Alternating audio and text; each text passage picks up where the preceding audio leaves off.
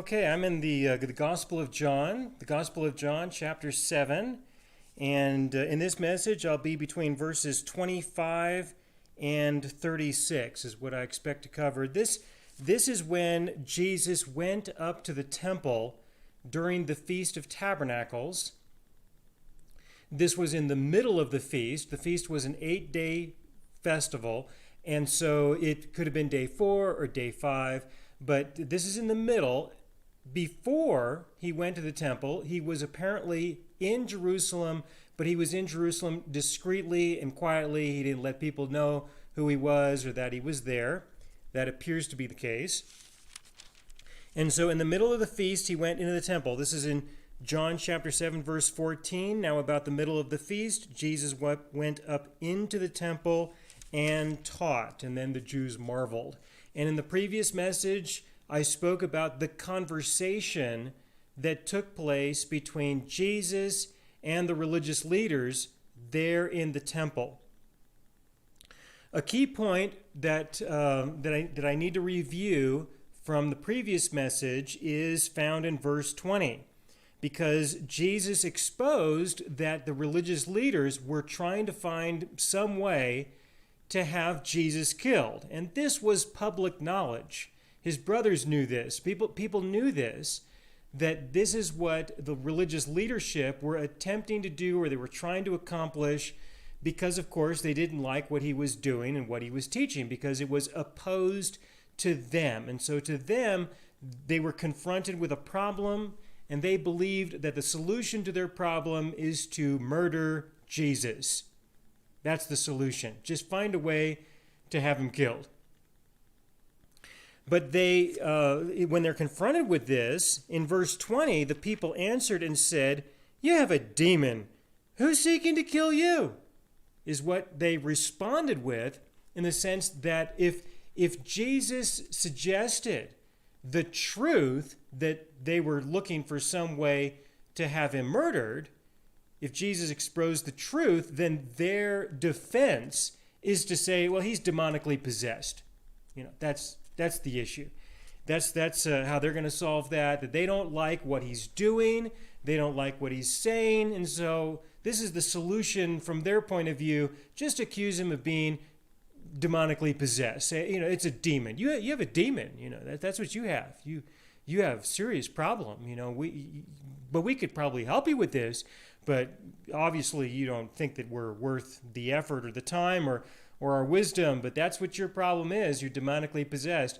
Nobody's seeking to kill you, and they just simply outright lied. That's what they did. They were dishonest because that's what they were doing. That's why they were listening to him. They were trying to find something they could use against him. That's why they were watching him. They were trying to find something that they could use against him.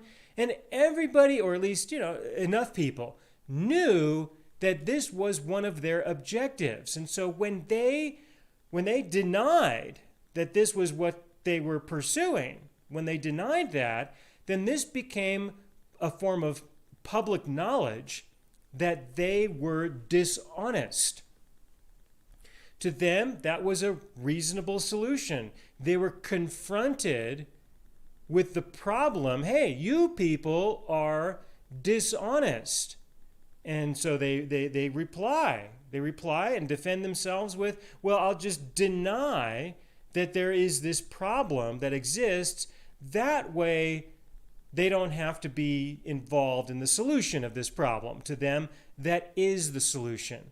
They don't want this problem to be solved. They want things to remain the way they are. Now, there's a difference between a person who wants change and will delay the problem or not necessarily solve the problem. There's a difference between someone who would be okay with there being change in comparison with someone who genuinely does not want any change to occur. And this is an example of a person who does not want any change to occur, and so their solution is to make sure the problem does not get solved. There are people who would like change to take place, and they are not necessarily being intentional or deliberate about keeping a problem from being solved. They just simply may not see a way to solve it well, or it's too difficult for them to work through. Lots of other reasons why that might be the case. But when you have a situation like this, then it is obvious that there is no way for there to be a relationship of any kind. You've got somebody who's in denial of reality, who won't let problems be solved, won't let conflicts have a resolution of any kind. There is no way to have a relationship with these people. Jesus was willing to continue to communicate with them because there were other people who were hearing the discussion, they were hearing the conversation, and these other people would believe in Jesus. Not the people who he was speaking to, but the bystanders, the people who were nearby, who were standing, who were listening, and they would see the interaction, and they would see, obviously, Jesus is proclaiming the truth. Obviously, the religious leaders are not speaking the truth, and so there's a decision to make. Are we going to live in reality, or are we going to live in the denial of reality?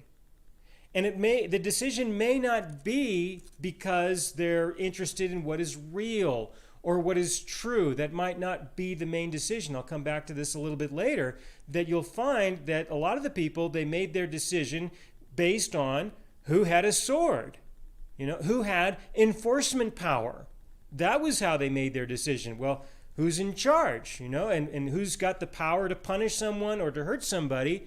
And so whoever has the greater power to punish or hurt or to arrest or put on trial, whoever has that power, well, we're going to believe whatever they say, because what's more important to us is to not be in opposition to those who have the power of the sword. That's more important than the truth. And this divides people easily. It divides people easily. You probably can relate to this, that there are a lot of people who would prefer to believe whatever those who have the enforcement power, who have authority, believe whatever they say. They would rather that than to believe what is true, especially if it goes against what is proclaimed by those who have the power of the sword. And so this creates a division within society, within every civilization, between two groups of people, just based on how much a person values truth and reality, or how much they prefer to value that which might be more comfortable to them, or might be a way of avoiding more conflict or more problems or more pain. But again, there's a whole lot I could say about that. Even that position usually is short-lived. Those people who have the power of the sword eventually get to the point of absolute abuse of their power, and then it gets worse later, But that's how people solve these issues. That's just fine. If it happens later, then that's okay, because we are more concerned about now rather than later, kind of thing. There is a lot to say about that. Let me go back to the issue at hand, and that's the conversation between Jesus and the religious leaders, and that there are bystanders who are listening. And this is who Jesus is speaking to indirectly. He is speaking to these people indirectly. Obviously, there is a direct conversation, but it's quite clear that this direct conversation with those who he is speaking with directly will go nowhere. But the indirect conversation of who Jesus is speaking to indirectly, there is potential. There is where some potential can be found, and that's what begins to happen. And so in verse 25, this is John chapter 7, verse 25. Now some of them from Jerusalem said, "Is this not he whom they seek to kill?" That's verse 27. Some of those from Jerusalem. This is another way of saying some of the locals. Okay? In the temple at this festival, temple, you had open grounds. People could go and visit and hang out and talk with other people who have an interest in the things of God or other things. They can engage in business or whatever. And in the temple compound at this time, because of the festival, there would be a lot of people from out of town. Okay, in fact, because if you consider the population of Jerusalem versus the population of the rest of the people out of town, you can imagine that there would be a lot of people from out of town. And so the locals, all right, the locals, the people who live there, who function there within Jerusalem, this is what they say. They say, isn't this the guy who these people are seeking to kill?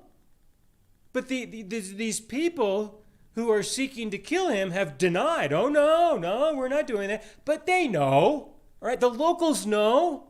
They know full well, all right? They know that this is the case. And they say in verse 26, but look, he speaks boldly, and they say nothing to him. Do the rulers know indeed that this is truly the Christ? Now, whether they say something or they say nothing should not be the determining factor of truth. Whether he's the Messiah or not, whether they speak about it, whether they speak against it, whether they speak with him, they speak against him, that should not be the determining factor of truth. But it turns out that a lot of people just think that that is. You know, as long as there's still debate, as long as there's still disagreement, well, then we don't have a resolution to the disagreement. As long as somebody is speaking out against something, as long as the discussion is still taking place and we don't seem to have a clear resolution, we don't have anybody necessarily conceding, well, then that's what defines truth. And this is not a good way to go. This just is not a good way to answer these kinds of questions or solve these kinds of problems. But you have to understand that there are people who decide that this is how they will define truth. They will just wait. They will not think for themselves, and they will observe the discussion between other people and wait until other people come to some kind of acknowledgement of what is most likely true. And then they'll just believe that. They don't take personal responsibility for their own person, for their own faith, for their own soul, for their own relationship with God.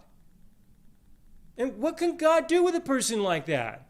How can he have a personal interactive relationship with someone like that? What would that look like? God says to this person, how are you doing? Have you thought about this or thought about that? How do you think, or how do you perceive this? And, these are some things that I think about these kinds of things.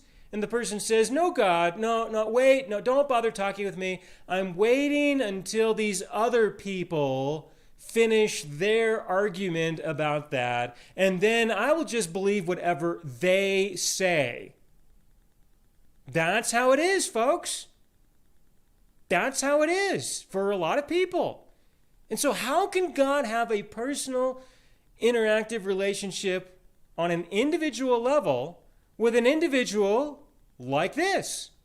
Well, if he does have one, chances are it's going to be very limited. Okay? It's just not going to be something of much substance. And while the people might be fine with that, I think that this does bother God a little bit. I think he would prefer to have something a little bit more with people of this decision, people who make these kinds of decisions, of just waiting until somebody else deals with things and solves things. But look, he speaks boldly, and they say nothing to him. Like, I guess if they're done, if they're done talking to him and speaking out against this, I guess that means he wins.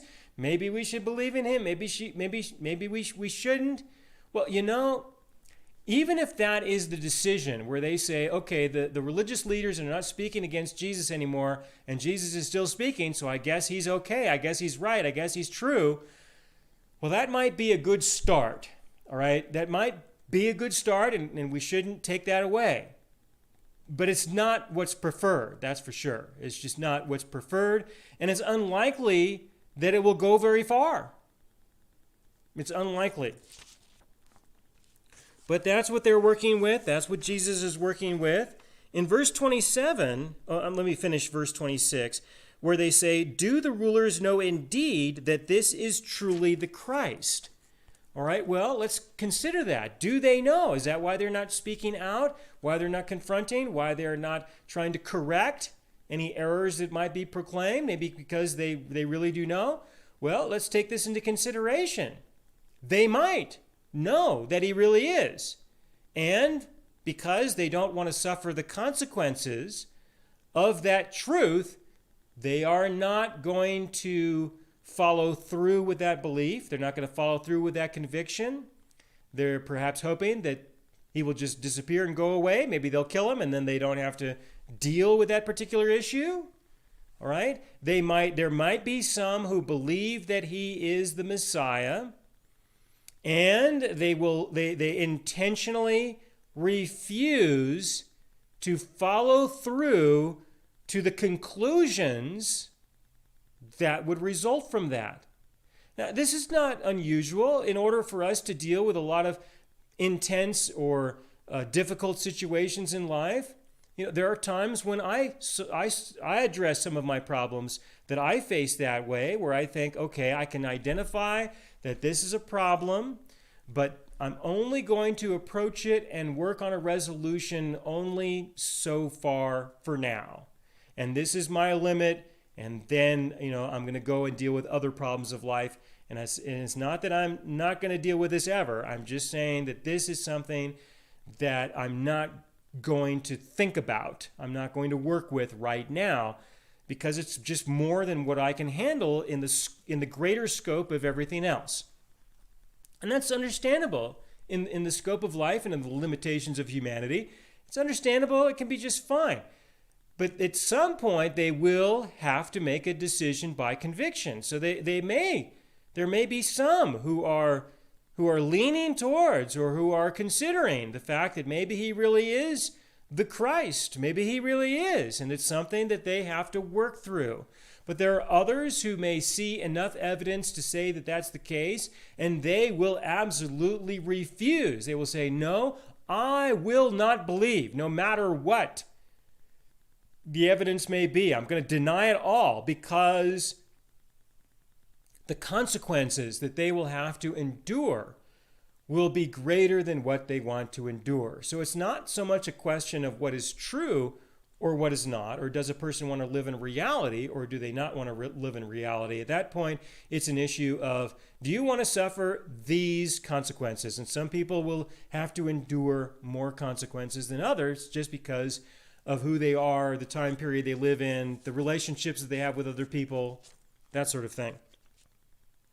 All right, so in verse 27, however, we know where this man is from, the locals there in Jerusalem. We know where this man is from, but when the Christ comes, no one knows where he is from. So Jesus cannot qualify as being the Christ. I tend to use the word Messiah. I just have a Pharisaical residue bias towards that. So that's my exception, where I'm going to use a word that's from a different language. It's from Hebrew. Try to just have some patience with me. I'm stuck with that one. That when the Messiah comes, we don't know where he's from, but we know where this guy's from. All right. Well, that was the belief of some of the people, that nobody would know where the Messiah was from. That was not a belief of all of the people, but you have to understand that there were many beliefs concerning the Messiah, just as there are many beliefs today about just about every topic that you can think of. There are many different beliefs or variations or disagreements, regardless of what they are. But in this case, there is a group of people who state, when the Messiah comes, no one will know where he is from, and they are stating that this was their belief. It was not everyone's belief. It was just this small group of people. But it was popular. It was a popular belief. There were enough people who believed that. And this is what's being proclaimed in the temple. The people say, and it looks like it's the locals, they say, we know where this man is from. Okay? Now, if they wanted to, they could check the temple records. He was born in Bethlehem. They could ask around. He came out of Nazareth. All right, there are prophecies that are related to this that describe where the Messiah would be expected to come from. And so there are others who would say, yeah, we know, and it fits that this person is one who can qualify compared with others who don't have that have those locations as part of their life. Jesus qualified as being a person who they knew where he was from, and there were others who said that this is a problem because they wanted to believe something else. Okay, now Jesus addresses this. He addresses this. He has made it known that he is the Messiah. He has made it known. All right, and he states that they know where he is from. So that's a way of Jesus telling the people, all right, listen, those of you who want to have this belief that nobody knows where the Messiah is from, that belief is wrong. Okay, that's wrong. So this is a description of what the people believed, but it's not true. All right? So when you read this, where it says in verse 27, however, we know where this man is from, but when the Christ comes, no one knows where he is from. Well, that's what they believed. They genuinely believed that. And we have it documented here. But that doesn't make it true. All right? It doesn't make it true. That's just a description of what they believed. And Jesus addresses this. He cries out in verse 28. Then Jesus cried out as he taught in the temple, saying, you both know me, and you know where I am from. And I have not come of myself, but he who sent me is true, whom you do not know. But I know him, for I am from him, and he sent me. And there's a lot to be said there. I'll come back to that in just a moment. But Jesus proclaims, he's probably perhaps overheard this conversation that people are having. We know where this guy is from. The Messiah, we don't know where the Messiah is from. And Jesus cries out and says, you know me, and you know where I am from. All right? And I am the Messiah. So that's the end of this discussion, you would think. You would think that would be the end. All right? Now, I'm putting a lot of time into this because in chapter 9, all right, in chapter 9, there is the healing of the man who was born blind. And in the conversation that the man had with the Pharisees, if you were to have a peek over at verse 29, I think it is,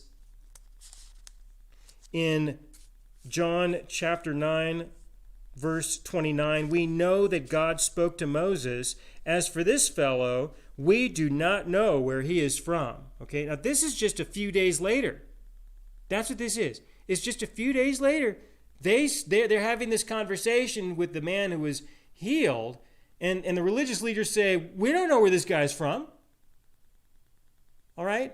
And of course, the man answered and said to them, why, this is a marvelous thing that you do not know where he is from, yet he has opened my eyes. This is interesting. This is something to marvel at, that there are people who take the position that if we don't know where he's from, but he does a miracle that only the Messiah can do, well, that's a marvelous thing, isn't it?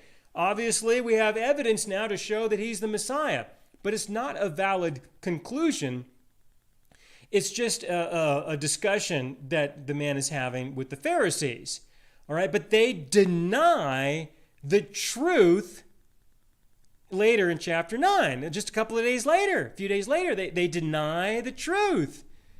They say, we don't know where this guy is from, but they know where this guy is from. All right? How do you solve problems with a person like this? You don't, all right? You exit the relationship. That's what you do. You just exit.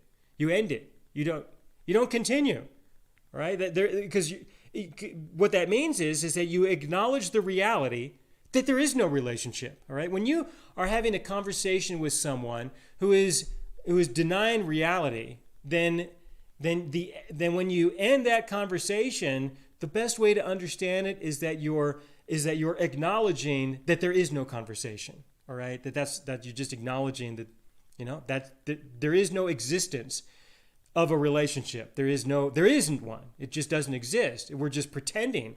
We're talking. We're making noise. We're having discussion to some extent, but there just is nothing real. And so eventually you exit anyway, just because there isn't anything. All right. Okay, so going back to what Jesus said in response to all of this, you both know me and you know where I am from. That's John chapter 7, verse 28. Well, they knew him and where he was from in a physical sense, in accordance with his flesh. They knew him and they knew where he was from. He worked. He's often described as a carpenter, but more than likely, this would be a description of him as being a stone cutter, because there were a lot more stones than there was wood in that area, that's for sure.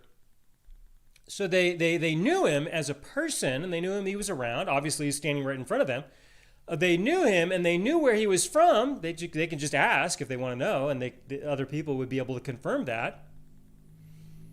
But they only knew him in the flesh. They knew him in a limited sense.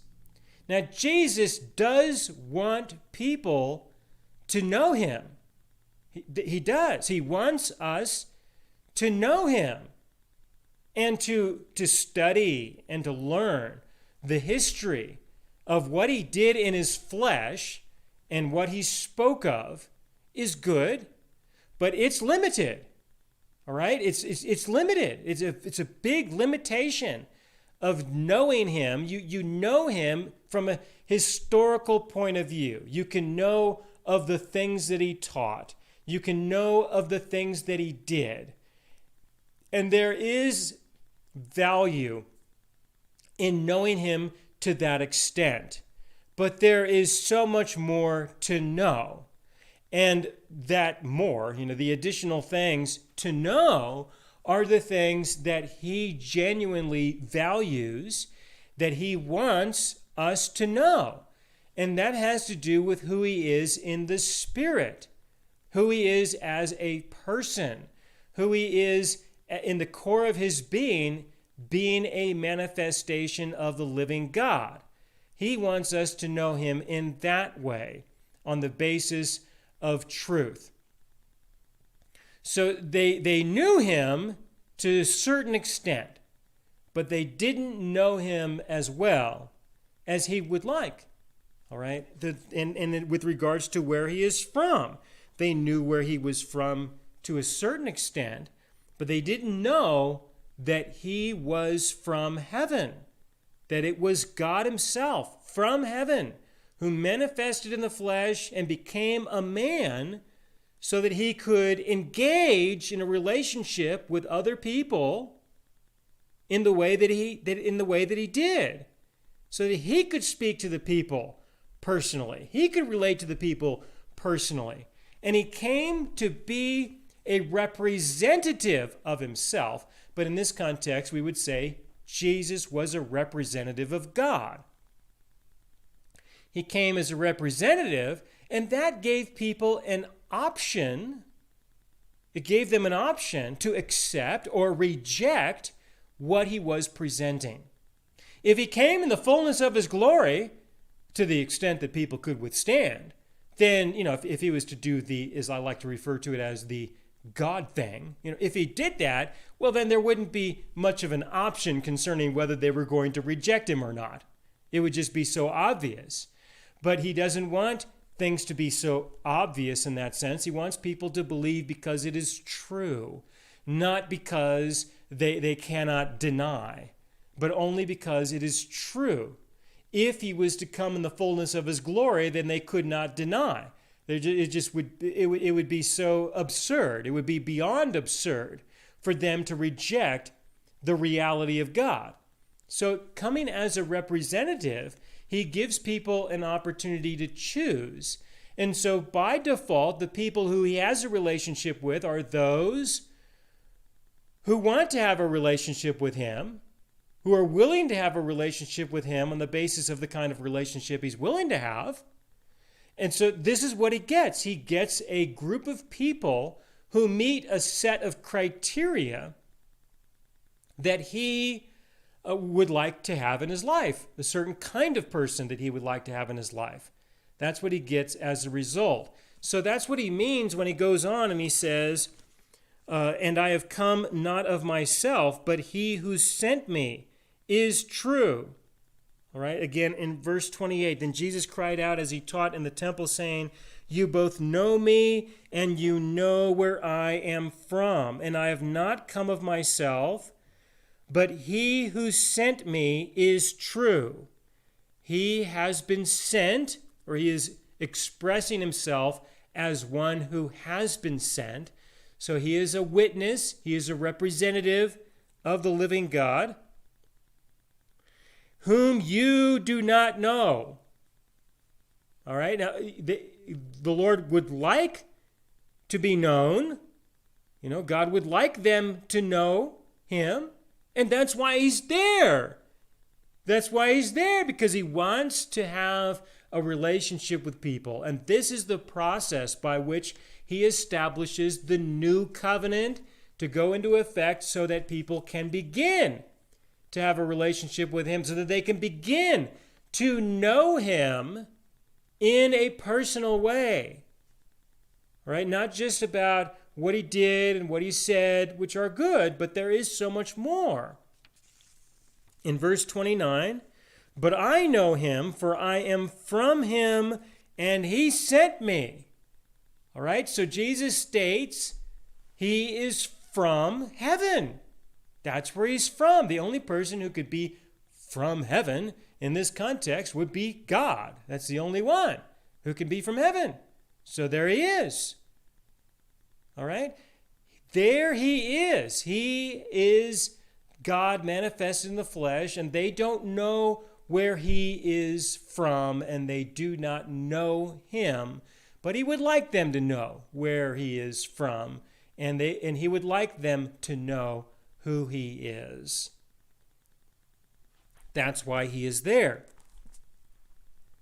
All right, so therefore, in verse 30, therefore they sought to take him, but no one laid a hand on him, because his hour had not yet come. And many of the people believed in him and said, when the Christ comes, will he do more signs than these which this man has done? All right, I mean, if the Messiah comes, is he going to do more than this? It's a way of stating Jesus has done enough. He has done enough.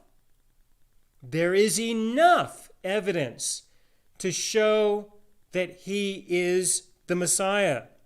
All right, and there were people who were looking for a way to take him, just like they had denied before. But his hour had not yet come, and many of the people believed in him. In verse 31, many of the people believed in him and said this. They believed in him, at least they began to believe in him. This is a start. This doesn't mean that they believe in him in complete totality, but it's a beginning. You know, it's at least it's a start, and it's a good start, and it's a good thing. Whatever you can get, you take. You know, that's how it goes. In verse 32, the Pharisees heard the crowd murmuring these things concerning him, and the Pharisees and the chief priests sent officers to take him. All right, so that's their response. That's their response. Jesus and the religious leaders were speaking with each other. Indirectly, Jesus was speaking to the people. The people are starting to believe in him. What can the religious leaders do? Obviously, they're not going to be able to deny reality for much longer, it seems. So, what do? Let's just send some guys with swords and physically remove Jesus from the presence of these people. That's their answer. Send some guys with swords. Okay, that's how they're going to solve the problem. To them, that's the solution. We're the ones who have the swords. And so whatever we say is true is true. And if you dare not believe it, then we may address that by using our swords against you. Okay, so they're the ones who state, this is what they effectively state. We are the ones who declare what is true. We are the ones who will tell you what to believe. You will believe whatever we say, no matter how real it is, no matter how contradictory it is to reality, no matter what it is, even if it's obvious that it is false, we say that this is what you are to believe. And if you dare to not believe what we say, we're the ones who define what reality is. We do that. We define who God is. We define who the truth, what the truth is. And you believe it. And if you don't, then we will use our power of the sword. All right? And you might think, my goodness, are there really people like that in the world? Oh, yes, absolutely. Okay? If you don't see that, then you need to get out a little bit more often. You need to have some more interactions with some different kinds of people, maybe. All right? But yes, there are people who genuinely feel that way, who genuinely believe that, and they may not be willing to let you know, all right? Or they may try to hide it as best they can. But yes, there are people like that, lots of them, and abundance, it seems, of people who I continually encounter as I live my life who are just like that. All right, that's how they are. So they send some guys with swords to deal with this problem. All right, we're going to just simply remove Jesus, and that's how it's going to work. Well, the guys with swords, they don't do it. All right, they don't do it. In fact, a couple of days later, all right, and I'll get it, and I'll get into this in the next message. A couple of days later, you go up to verse 45, because this is the last day of the feast.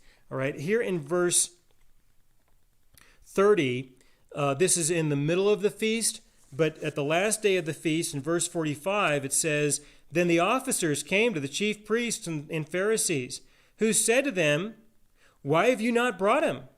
The officers answered, 'No man ever spoke like this man.' Then the Pharisees answered them, 'Are you also deceived? Have any of the rulers of the Pharisees believed in him? But this crowd that does not know the law is accursed.'" All right? There you go. That's exactly what I was saying. They are the ones who define what reality is. You don't believe anything unless we believe it. Unless we say you can believe that. And if we say you believe something else, then you believe that. That's what you believe. All right? We are the ones who decide what you think, what you believe, what you trust in. We're the ones who decide that. I decide that for you. That's how these people are. All right? And that's just absurd. It's totally absurd. So they have this they have this conversation with the officers later.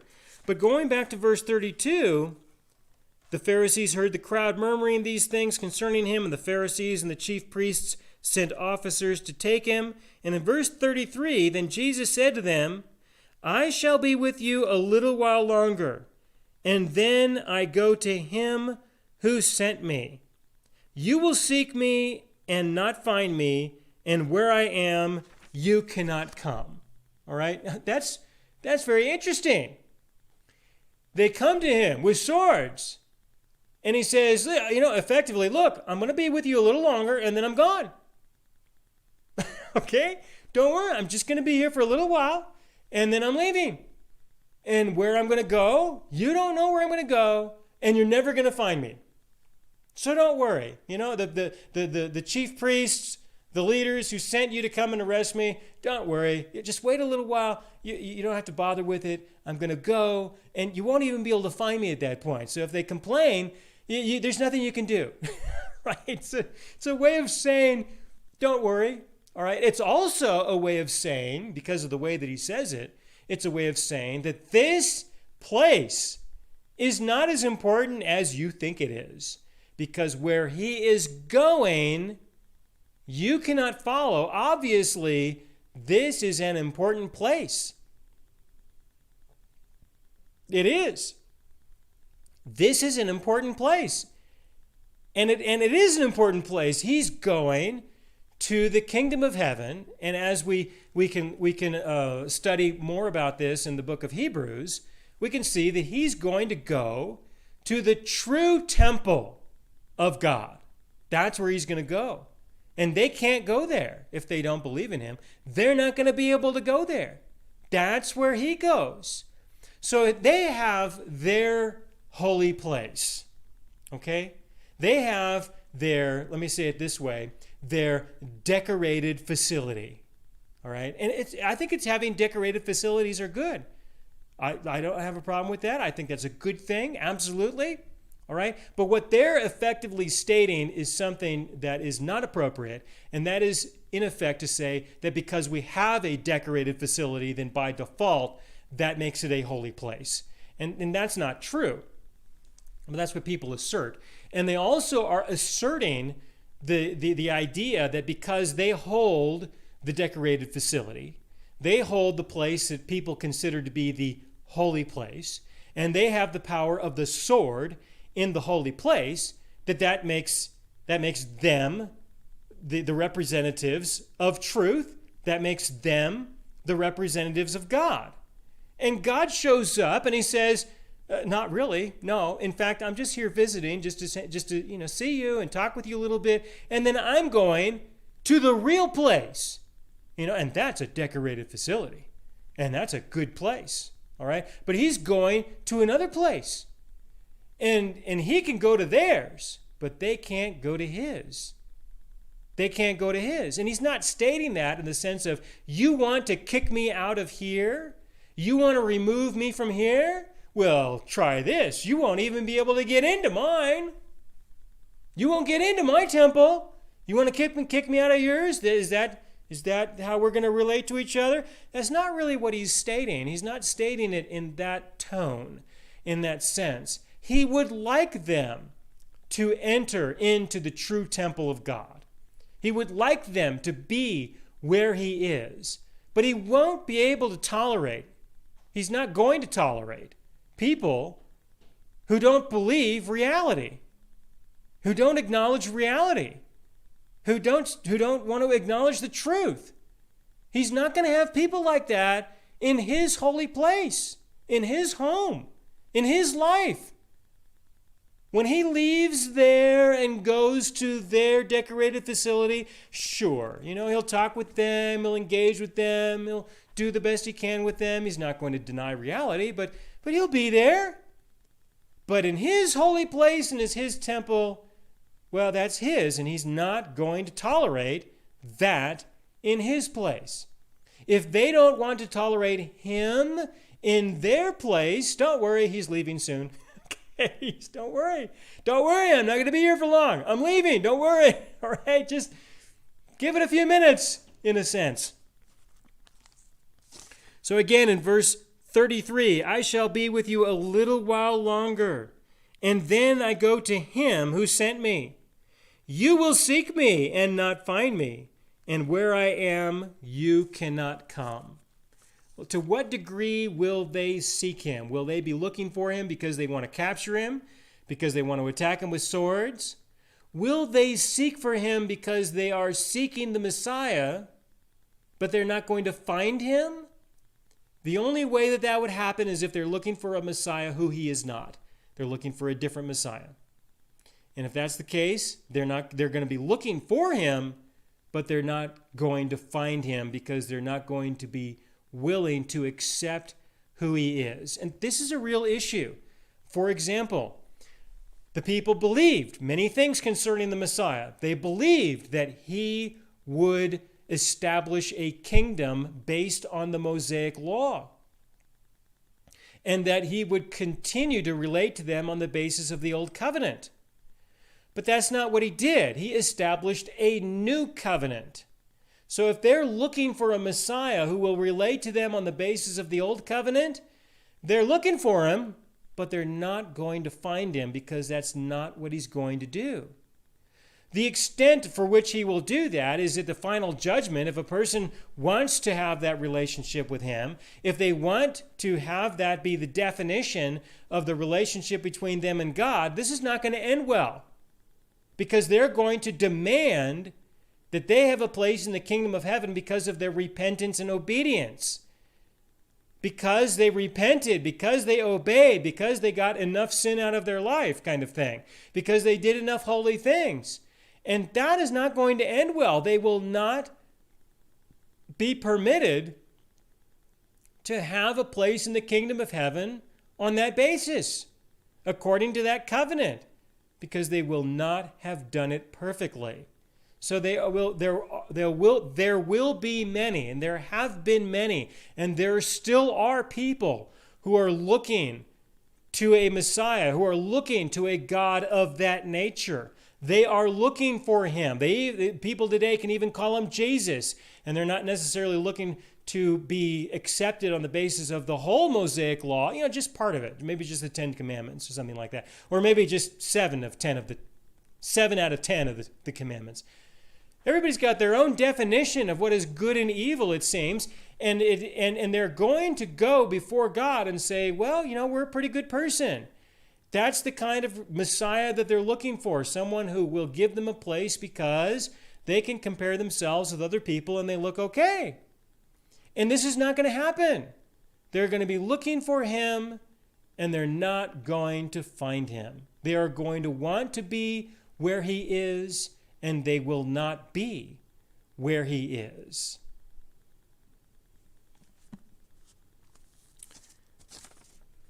Verse 35, then the Jews said among themselves, where does he intend to go? Why do they keep this conversation going? He says he's going to leave pretty soon. Just let it go, all right? Just let it end. Okay, but you can tell that there are people who just can't let it end, They just can't let it go. No, we can't let there be the appearance that there might be a solution, that there might be a resolution to this issue. We got to keep up the contention. We got to keep up the issue. Never stop. This is an infinite matter. It will never end. We will never let it die. All right? No, don't let it end. Here's another thing that we can have an issue with. Where does he think he's going? It's as if they are saying to him, where do you think you're going? We're not done with you yet. We haven't murdered you yet. You're still alive. We're not done. We got to take it all the way until you are dead. All right? That's how people can be. And this is an expression of that. And the Jews said among themselves, where does he intend to go that we shall not find him? Does he intend to go to the dispersion among the Greeks and teach the Greeks? All right, well, he did, in a sense, through the Apostle Paul and through others. The gospel, the new covenant, all right, it was presented to the Israelites and then to the rest of the world. There it goes. So in a sense, yeah, that's what he did. What is this thing that he said, you will seek me and not find me? Oh, I'm sorry. In verse 36, this is what they say, what Jesus says. What is this thing that he said? Sorry, I got distracted. I'm looking at verse 37. All right. So going back to verse 35, they are quoting Jesus. That's what's happening.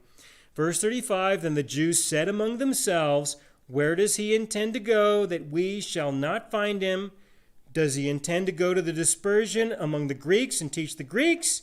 In a sense, yes. What is this thing that he said? And they quote him, you will seek me and not find me, and where I am, you cannot come. All right? They ask the question, what is this thing that he said? What does it mean? And from what we can tell, there is no answer. Jesus apparently ended this conversation by not continuing it. And shortly thereafter, of course, he departed. The guys with swords didn't have to take him. He left. And if they go look for him, they're probably not going to find him. But in verse 37, on the last day, that great day of the feast, Jesus stood and cried out. He goes back to the temple is what he does. Okay? So he'll come back, but a few days later, he'll be back. But he's not going to deal with this issue with them anymore. He has said his piece. The truth has been revealed. He is now free to exit from his point of view. He departs, and that's just simply the end of it. That's how he addresses this issue. Okay, and so this is where I will pause, and I'll continue into verse 37 in the next message. I have a question for you folks who are in some small groups to spur to try to initiate some conversation. The question that I thought of for this message would be, in what ways does the power of force influence what people believe? Okay, that can be kind of a political question, which can be unfortunate for some conversations. But try to keep it focused on the scriptures at hand, and try to keep it focused on the issues related to the truth. And where I would like you to think about it, where I would like you to try to take it, would be the conversations about different congregations of people that you've been a part of. And there are people who are in positions of authority there who can decide whether people are welcome to stay or whether they should leave. And every congregation should have that. There should be people in that position who will defend and maintain the integrity of the beliefs of that particular congregation. And so even if you go into that group and you disagree with what they believe, you should respect that is what that congregation of people has been established for. That's what it's about, and that there are people who are there in positions of authority in order to maintain the integrity of what it was established for. All right? And that's a good thing, and that should be allowed.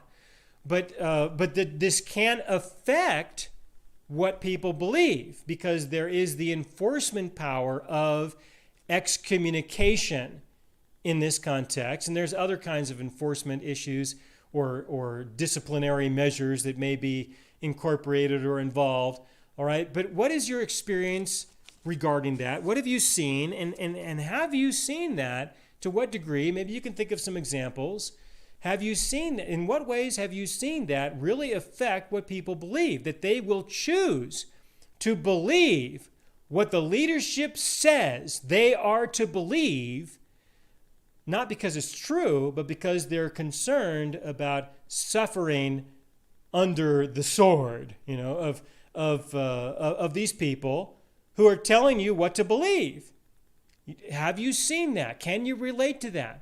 All right, and then afterwards, you probably can find some circumstances in the world outside of the church where you see this happen as well.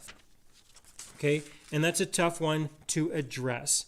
So I will end here with this and proceed in the next message. Let's pray for a moment. Dear God, thank you so much for being the person who defines truth. And Lord, I do pray that we will learn more and more about what truth is, and so that we are not persuaded by fear of punishment from other people who demand that we believe what they say, but that we may have the conviction to believe what you say and to live in reality as you define it. And I pray for this in Jesus' name. Amen.